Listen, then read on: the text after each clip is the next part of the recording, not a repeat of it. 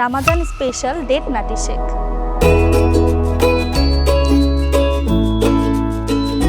প্রথমে একটি ব্লেন্ডার নিব।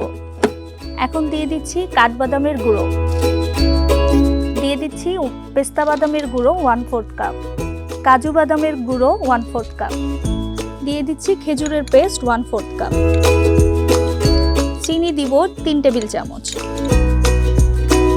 দুধ দিয়ে দিব 1.5 কাপ।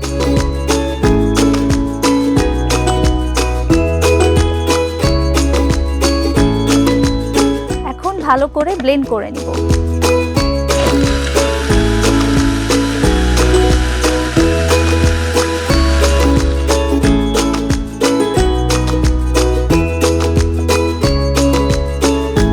এখন একটি সার্ভিং গ্লাসে পরিবেশন করে নিব।